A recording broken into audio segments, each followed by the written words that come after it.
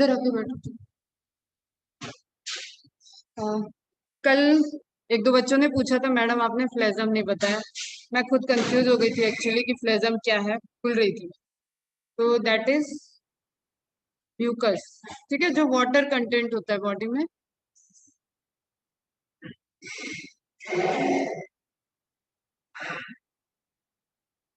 जो हम लोग देखते हैं ना म्यूकस रिलेटेड टू, तो मतलब ये हो गया तुम्हारा लंग से रिलेटेड, ये है तुम्हारा ब्लड से related. And fire is related to liver. And black bile is related to kidney. अब इसको अभी के नॉलेज से कनेक्ट नहीं करना है, ये उस टाइम किस चीज से लिया गया था, दैट इज। ठीक है बेटा। नाउ नेक्स्ट हम लोग देखते हैं विलियम हार्वे का। विलियम हार्वे के डिस्कवरी की बात हो गई थी। तो विलियम हार्वे, इन्होंने सर्कुलेटरी सिस्टम भी दिया था, तो ये याद रखना इनके बारे में।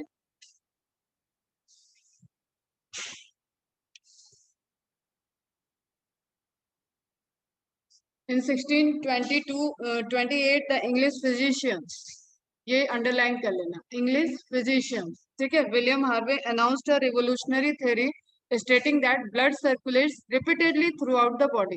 Only one circulatory system, only one fluid which circulate in proper direction. ठीक है, अब ये हम नहीं कह सकते कि इंटरस्टिशियल फ्लूइड भी हर जगह है, लेकिन सर्कुलेशन की बात जो पूरा ट्रेवल कर रहा है, that is only blood. Harvey circulation theory was received with a great deal of controversy among his colleagues, क्योंकि ये पूरा एक चैलेंज था। आपका जो ह्यूमर थ्योरी थी उसको डिनाई किया गया, और जिस तरीके से ये थ्योरी आई थी, एक ऐसी चीज कह रही थी जो कि एक्सेप्टेड नहीं था, तो इसको काफी ज्यादा चैलेंजेस आना लगा, बट लास्टली ये एक्सेप्ट हुई। Many oppose the circulation theory because of their rigid commitment to ancient doctrines. ठीक है, कुछ तो स्पिरिट वाली चीजों को भी मानते थे, और कुछ जो आपकी म्यूकस ह्यूमर थ्योरी थी उसको फेवर करते थे। हिपोक्रेट्स की थ्योरी थी वो। तो उसको डिनाई करने में, विलियम हार्वे की चीजों को एक्सेप्ट करने में, एक वहां पे कंट्रोवर्सी काफी टाइम तक चला। नाउ हेल्थ क्या है उससे रिलेटेड कुछ हम लोग आज थोड़ा सा डिस्कशन करके फिर डिजीज स्टार्ट करें। Mind influence. ठीक है, माइंड इन्फ्लुएंस मीन्स क्या होगा, हेल्थ हम लोग पहले भी पढ़े हुए कि हेल्थ इज नॉट लाइक कि सिर्फ आपको कोई डिजीज है या नहीं, तो आपका माइंड कैसे आपको इन्फ्लुएंस कर रहा है, आप कितने मेंटली स्ट्रांग हो। जैसे आजकल आपको इन इंटरव्यू वगैरह जो होते हैं उसमें पहले जो आप क्वेश्चन वो करते हो ना, एग्जाम वगैरह देते हो, उसके लिए तो आईक्यू आपका टेस्ट हो जाता है। फिर जब आपका इंटरव्यू होता है तो इमोशनल क्वेश्चन, ठीक है, इमोशनल चेक किया जा रहा है। मीन्स एक पर्सन, अभी देख रहे हो जो जैसे सुशांत केस की भी बात करें, अगर बहुत ज्यादा वो चला है क्योंकि, तो वहां पे क्या हुआ कि अब कोई तो प्रूफ तो हुआ नहीं, कुछ भी इतना हुआ हल्ला हुआ, तो एटलीस्ट यही है कि वो ड्रगिस्ट हो चुका था और वो सुसाइड अटेम्प्ट कर ली उसने। ठीक है, तो just imbalance of mind. Success है, नेम है, फेम है, सब कुछ है, पैसा है, लेकिन उस चीज को बैलेंस नहीं कर पाते। तो इसी तरीके से बहुत सारे यंगस्टर्स आईटी फील्ड में जितनी जॉब वगैरह गई है, काफी ज्यादा इस बीच में सुसाइड भी हुई है, काफी ज्यादा हम लोग परफॉर्मेंस डाउन हुई है। तो दैट इज रिलेटेड कि उनका इमोशनल क्वेश्चन कैसा है। तो इसको एक पैरामीटर ही मान लिया गया है, जो कि यूएसए और ब्रिटिश साइड में पहले से ही था, वो अब इंडिया में भी अप्लीकेबल हो रहा है, कि आपके इंटरव्यू के टाइम वो आपका इमोशनल क्वेश्चन को भी टेस्ट कर, कि इंटेलिजेंस के साथ, इंटेलेक्चुअल के साथ उसको और क्या चाहिए, कि वो इमोशनली कितना बैलेंस्ड रह सकता है, कितना स्ट्रेस बियर कर सकता है, किस तरीके से कंडीशनल वो रोल प्ले कर। ठीक है, तो people who have good emotional health are aware of their thoughts, feeling and behaviour. वो क्या, उनकी थॉट्स कैसे हैं, उनका बिहेवियर कैसा है, उनको फीलिंग्स इमोशनल कैसे हुए हैं। ठीक है, they have learn healthy ways to cope with the stress and problem that are a normal part of life. They feel good about themselves and have healthy relationship. अब ये कुछ चीजें आपको ऐसे जरूर लग रही होगी कि ये रिलेटेड नहीं है, लेकिन जो कि कोरोना और पैंडेमिक का फेस गया है, तो हो सकता है यहाँ पे जो भी क्वेश्चंस आएंगे उसमें अगेन आपको ये स्टेटमेंट वाइज आपकी थिंकिंग एबिलिटी को चेक करने के लिए इस तरीके के क्वेश्चंस आ सकते हैं। तो just think of about that कि ये सारी चीजें, क्योंकि इससे बहुत ज्यादा अभी अफेक्ट हुआ है पूरा वर्ल्ड। ठीक है, तो mind influence through neural system and endocrine system. अब हमें पता है डोपामिन साइकिल और जो अपना बायोलॉजिकल क्लास है, ठीक है, वो सब हार्मोनल डिसबैलेंस होता है अगर हम प्रॉपर नींद नहीं ले रहे हैं, प्रॉपर चीजें नहीं है, तो हाइपोथैलेमस पिट्यूटरी और सारी चीजें डिस्टर्ब होने लगी। इट मीन्स कि आपका नर्वस सिस्टम, एंडोक्राइन सिस्टम सब इंटर रिलेटेड है, ठीक है, सारी प्रोसेस इंटर रिलेटेड है, और वो आपके इमोशन से भी रिलेटेड, वो कंट्रोल भी हो रही है। क्लियर? तो सारा जो हार्मोनल और न्यूरल सिस्टम का कंट्रोल, अगर आपका माइंड ब्रेन, माइंड मतलब यहाँ पे माइंड में बात की जा रही है कि आपकी थिंकिंग एबिलिटी, आपका इमोशंस, आपका मेंटल स्टेट कैसा है, ठीक, उससे रिलेटेड आपकी डेली रूटीन कैसी, आपकी डेली रूटीन कैसी है, उससे रिलेटेड आपका नर्वस सिस्टम अफेक्टेड हो जाएगा, उससे ही आपका एंडोक्राइन सिस्टम भी अफेक्टेड हो जाएगा। तो आपको पता भी नहीं चलेगा कि आपका थायराइड इम्बैलेंस क्यों हो रहा है। तो that is somehow related to your emotions, ठीक है, स्ट्रेस हार्मोन, ये सारी चीजें क्यों एबनॉर्मल होती जा रही, ठीक। Mind influence through neural system and endocrine system also affect our immune system। और सबसे ज्यादा एक तुम लोगों ने ऐसे सुना होगा कि इसकी तो जीने की चाह ही नहीं है, दवा काम नहीं कर रही, ठीक है। इट मीन्स कि वहां पे समथिंग इज रिलेटेड टू कि brain, emotions and immune system दवा को ले नहीं रही है बॉडी, ठीक। जैसे मेरे लाइफ में तो जैसे भर भर के केस है। मेरी मम्मी के केस में क्या हुआ था, 2002 मार्च में रिपोर्टेड हुआ कि उनको कैंसर है। जस्ट 18 मार्च को रिपोर्ट हुआ। डॉक्टर ने बोला 2 से ढाई महीने इनके पास टाइम है, आप इनको घुमाइए फिराइए, अच्छे से घर में ध्यान रखिए। मेरी मम्मी का विल पावर बहुत स्ट्रांग था। उनको लग गई थी बात कि नहीं ऐसा नहीं हो सकता, मैं बच्चों को छोड़ के कैसे जाऊं। डॉक्टर भी आश्चर्य में थे। मेरी मम्मी 2006 में 2 मार्च को उनकी डेथ हुई। तो शी सर्वाइव 4 इयर्स। उनके साथ आते हुए पेशेंट्स की डेथ होती जा रही थी। अब हम लोग का तो कैंसर पेशेंट मतलब एक, मम्मी तो बोल ही देती थी मेरे दूसरा ससुराल हो गया, हॉस्पिटल, इस तरीके की बातें आती थी, मस्ती मजाक जो भी लाइट माहौल आप कर सकते हो। तो मैं उनके सामने कई पेशेंट थे जिनकी डेथ होती गई, लेकिन वो सरवाइव कर गई। क्यों? क्योंकि उनकी विल पावर स्ट्रांग थी और ट्रीटमेंट तो सबको कॉमन चल रहा था, सबको एक प्रिडिक्टेड, जैसे पापा के केस में प्रिडिक्शन अगेन कि 2.5 से 3 महीने इनकी लाइफ है। पापा मम्मी का ट्रीटमेंट कराए हुए थे, सब चीजें देखे हुए थे। पापा की जो प्रिडिक्शन थी डॉक्टर की, पापा की डेथ उससे पहले हो गई, जस्ट बिकॉज उनकी बॉडी एकदम हार गया, ठीक है। तो इस तरीके से बॉडी भी आपकी रिस्पॉन्स करती है। तो आपका माइंड इन्फ्लुएंस आपके neural system, endocrine system, immune system, तीनों सिस्टम, और आपको भी पता है कि इससे रिलेटेड अब एंडोक्राइन सिस्टम गड़बड़ हुआ था, आपके बाकी की फिजियोलॉजी भी गड़बड़ होगी धीरे धीरे। तो means all are interconnected. Clear? तो mind influence is very important. और इस स्लाइड को सब अच्छे से भले ही नोट मत करो, लेकिन इसके कंटेंट को समझ लो। Mind and mental state can affect our health. तो कभी भी ऑप्शंस में दिया हुआ हो ऑल ऑफ द अबव और उसमें माइंड के बारे में बात किया गया है, तो आपको ऑल ऑफ द अबव के लिए जाना पड़ेगा, ठीक है। ये नहीं कि डिजीज की बात हो रही थी मैम, इसमें तो मेंटल को लेंगे या नहीं लेंगे, ऐसा नहीं आना चाहिए, ठीक। तो healthy body, healthy mind, then life will be happy. Clear? सबको ये चीजें थोड़ी हम लोग को समझ में आती है अब हम लोग, क्योंकि कई जगह कई चीजें पढ़ रहे हैं, देख रहे हैं। Now come to what is health. Health के बारे में कल से ही बात हो रही है, पहले भी बात हुई है, तो डिफिनेशन को एकदम ध्यान में रखना। The word health refers to a state of complete emotional and physical wellbeing. जिस तरीके का स्टेटमेंट होगा आपको उसमें से सेलेक्ट करना है कि हाँ ऐसा भी तो हो सकता है। तो हर स्टेटमेंट को, जब ये सब डेप्थ अब क्यों जा रहे हैं हम लोग स्टेटमेंट वाइज, क्योंकि स्टेटमेंट वाइज क्वेश्चन आने के चांसेस, क्लियर। तो नोट भले ही नहीं करो, लेकिन ये सब अब नोट्स नहीं बनाना। नोट्स हम जो दे रहे हैं जो एनसीईआरटी बेस्ड है, जो हम यहाँ से पीडीएफ, हालांकि एलन का मैंने देखा, एलन का बहुत मिक्स टाइप का है। ये सब तो खैर कहीं तक नहीं है, लेकिन उसमें जो डिजीज वगैरह है एकदम शॉर्ट में दी हुई है, काफी शॉर्ट में ये चैप्टर है। तो मैं देखती हूँ नोट्स क्या बनाना, लेकिन जो पॉइंट हम बोल रहे हैं वो चीज तो ध्यान में रखो, ठीक है। State of complete emotional and physical wellbeing. Physical wellbeing में आ गया तुम्हारा, अगर फिजियोलॉजी से रिलेटेड कुछ है तो फिजिकल इम्बेलेंस हो जाएगा। Health care exist to help people maintain this optimal state of health. Health care का क्या रोल है? हेल्थ केयर मीन्स किसी भी अपनी सोसाइटी में, अपने समाज में, अपने कंट्री लेवल पे, अलग अलग लेवल पे आप इन चीजों को मेंटेन रखें। उसका मेंटली एक ऐसा आपका इन्वायरमेंट होना चाहिए, आपकी कंट्री ऐसी होनी चाहिए, आपका सोसाइटी छोटे लेवल पे ही बात करें या एक घर की बात करें, तो एक घर का माहौल ऐसा होना चाहिए कि वहां पे आप ज्यादा परफॉर्मेंस कैसे कर सकते हो। जस्ट इमेजिन की कोई लड़ाई हो रही है तो ऑब्वियसली सब स्ट्रेस में रहेंगे घर, कैसे कर, मम्मी गुस्से में जा रही है खाना बना रही है, पापा ऑफिस से आए लड़ाई हो गई, बच्चे हल्ला कर रहे हैं, तो एक माहौल बिगड़ता है। और उससे सबकी परफॉर्मेंस डाउन होगी, सबकी हेल्थ डाउन होगी। तो एक छोटे लेवल से लेके एक कंट्री लेवल तक सबका क्या रोल होना चाहिए हेल्थ केयर सिस्टम का, कि अलोंग विद द जो आपका डिजीज वगैरह है उसके साथ साथ एक आपका एटमॉस्फेयर ऐसा होना चाहिए कि आपका फिजिकली, मेंटली एंड इमोशनली सारा चीज वेलबींग वहां पे टेक केयर हो रहा है प्रॉपर। एक रिपोर्ट, एक इन्वेस्टिगेशन, एक इस तरीके से एक सर्वे टाइप के चलते रहने चाहिए।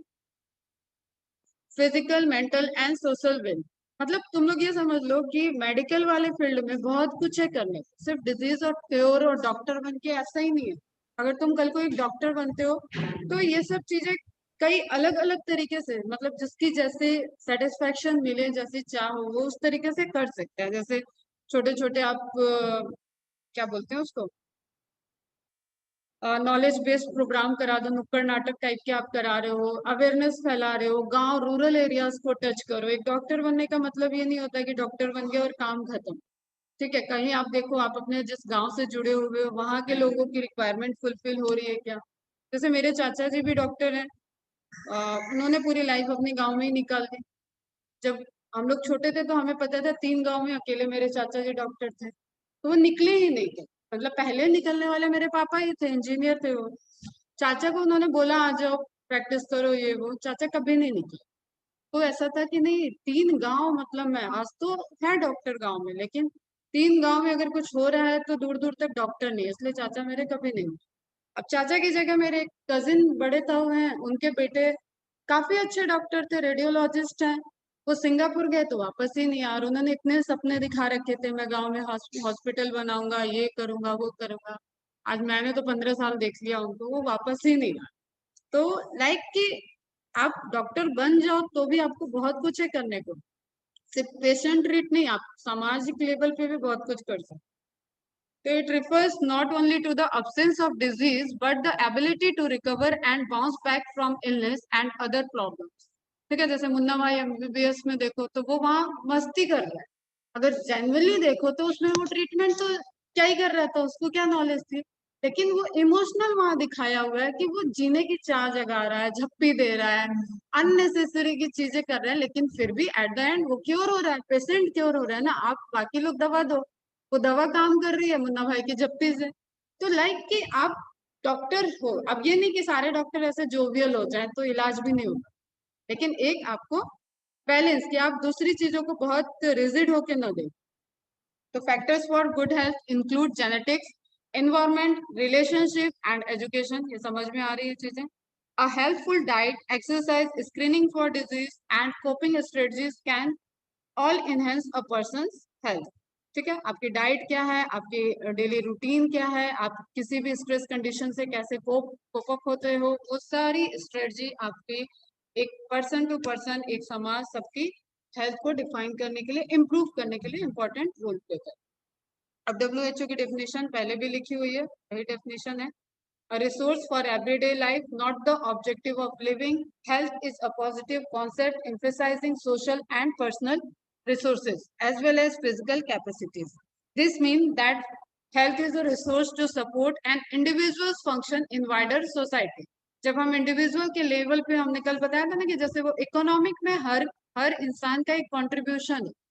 ठीक, तो हम एक इंडिविजुअल के लेवल पे ना सोच के अगर उसको ग्लोबली सोचे कि आज हम बीमार पड़े तो इसका दूर तक कुछ इम्पैक्ट पड़ रहा है। A healthful lifestyle provides the mean to lead a full life. आप जितना हेल्दी रहोगे उतना लाइफ स्पैन आपका बढ़ेगा, उतना आप परफॉर्मेंस आपकी अच्छी होगी, पॉजिटिव पॉजिटिव चीजें रहेंगी।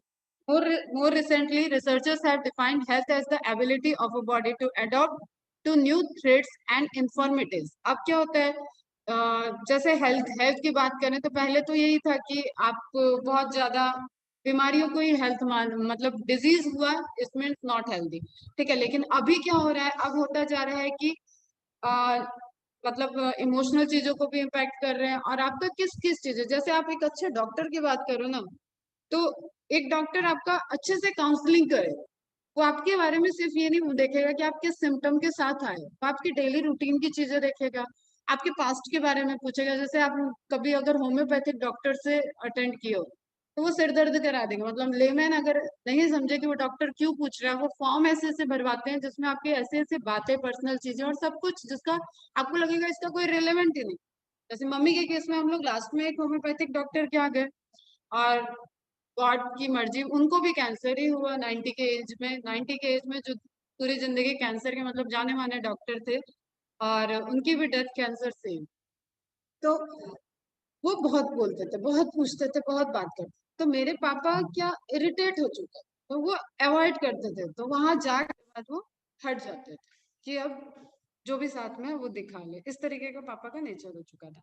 तो मीन्स वो इतने क्वेश्चन पूछेंगे ना, इतने क्वेरीज, तो लाइक उस इररिलेवेंट नहीं होते, वो कहीं ना कहीं उससे रिलेटेड वो कुछ प्रिडिक्शन करेंगे या कुछ जानेंगे कि क्या रीजन है क्या। और उनके ट्रीटमेंट में, होम्योपैथिक के ट्रीटमेंट में बहुत वेरिएशंस है, जो कि आपको डिपेंडेंट होता है पर्सन टू पर्सन। अगर एक अच्छा होम्योपैथिक डॉक्टर होगा तो वो आपकी प्रॉपर काउंसलिंग करेगा। एलोपैथिक की ड्रग्स जो होती है वो थोड़ी वाइडर रेंज की होती है, ठीक, एक रेंज में कि इस तरीके की चेंजेस हैं, तो हाँ ये वैरायटी ऑफ पर्सन पे ये एप्लीकेबल हो जाएंगे, तो वहां थोड़ा सा कम है। लेकिन एलोपैथिक भी डॉक्टर आपकी कॉज को जानने की जब बात करेगा ना, तो वो कई सारे आपको क्वेरीज करेंगे रिलेटेड इंफॉर्मेशन की। अब कैसे पढ़ोगे तुम? लाइट तो चलेगी। कल तो यहाँ सप्लाई दे रहे थे, कैसे पढ़ोगे?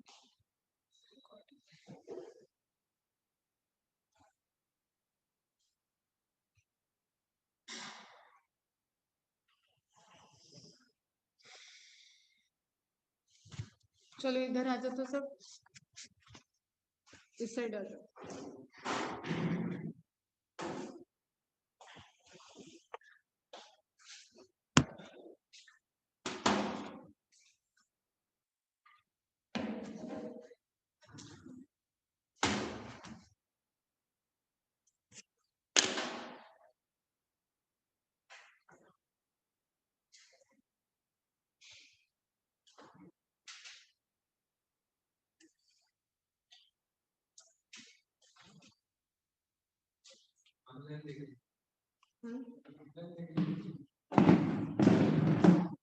ठीक तो देखिए, इस साइड आओ।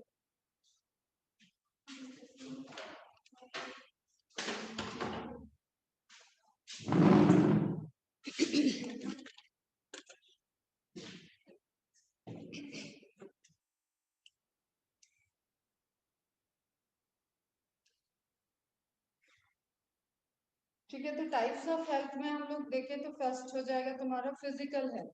ठीक है, फिजिकल हेल्थ में something is related to abnormal physiology. आपकी जो ह्यूमन फिजियोलॉजी आपने एक तरीके से पढ़ रखी है सारी, उसमें अगर कोई एबनॉर्मेलिटी हुई दैट कॉजेज डिजीज।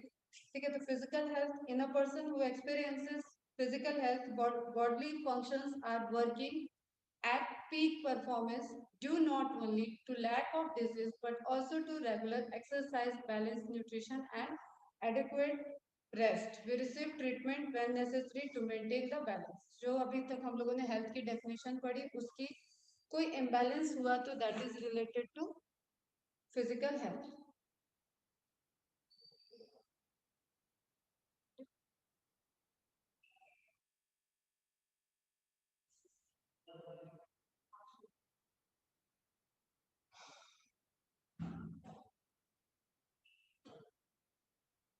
वाईफाई तो आ रहा है कशिश, अभी भी नहीं आ रही आवाज?